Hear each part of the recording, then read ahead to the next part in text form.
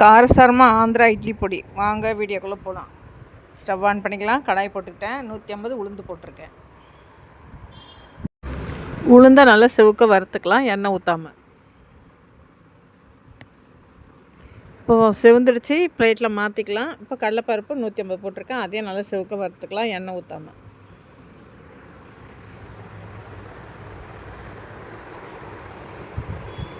சிம்மிலேயே வச்சு வறுக்கலாம், இல்லைன்னா தீஞ்சிடும். இப்போ செவந்துடுச்சு, பிளேட்டில் மாற்றிக்கலாம். காஞ்ச மிளகாய் எடுத்திருக்கேன், ஒரு 20. அதையும் போட்டு நல்லா வறுத்துக்கலாம்.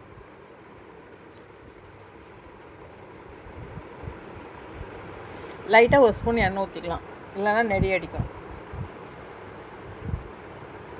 உங்களுக்கு வேணும்னா அதில் கருவேப்பிலை போட்டுக்கலாம்.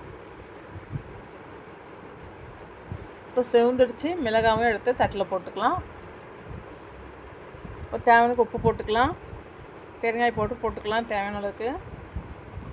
எள்ளும் போட்டிருக்கேன், 25 கிராம் எள்ளு போட்டிருக்கேன்.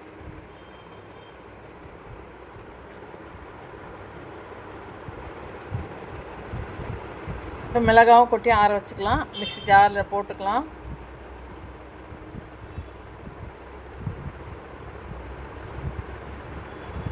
வெள்ளை எள்ளு தான் போட்டிருக்கேன்.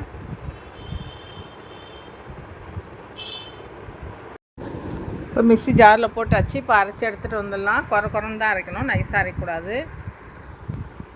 ஆந்திரா இட்லி பருப்பொடி ரெடி ஆகிடுச்சு. இந்த அளவுக்கு குறன்னு இருந்தால் போதும். இதை கண்ணாடி பாட்டில் போட்டு வச்சிட்டிங்கன்னா 1 மாதம் வரைக்கும் கெடாது, நல்லாயிருக்கும். மொறு மொறுனே இருக்கும். காற்று பிடிச்சினா தான் நமுத்துரும். இந்த வீடியோ உங்களுக்கு பிடிச்சிருந்தா லைக் பண்ணுங்கள், ஷேர் பண்ணுங்கள்.